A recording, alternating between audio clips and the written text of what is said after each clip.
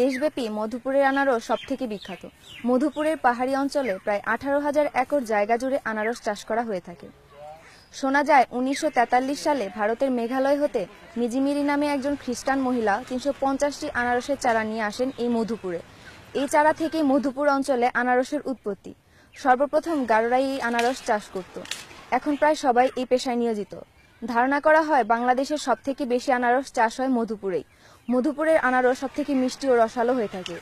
এই অঞ্চলের কয়েকজন কৃষক নিজস্ব উদ্যোগে এই আনারস থেকে বিভিন্ন কিছু তৈরির পরিকল্পনা করছেন। এছাড়া শোনা যাচ্ছে যে এই আনারসের পাতা থেকে সুতা তৈরির প্রক্রিয়াও চলছে। এই অঞ্চলে 3 প্রকারের আনারস চাষ করা হয়ে থাকে: জয়েন্ট কিউ, হানি কুইন ও ঘোড়াশাল।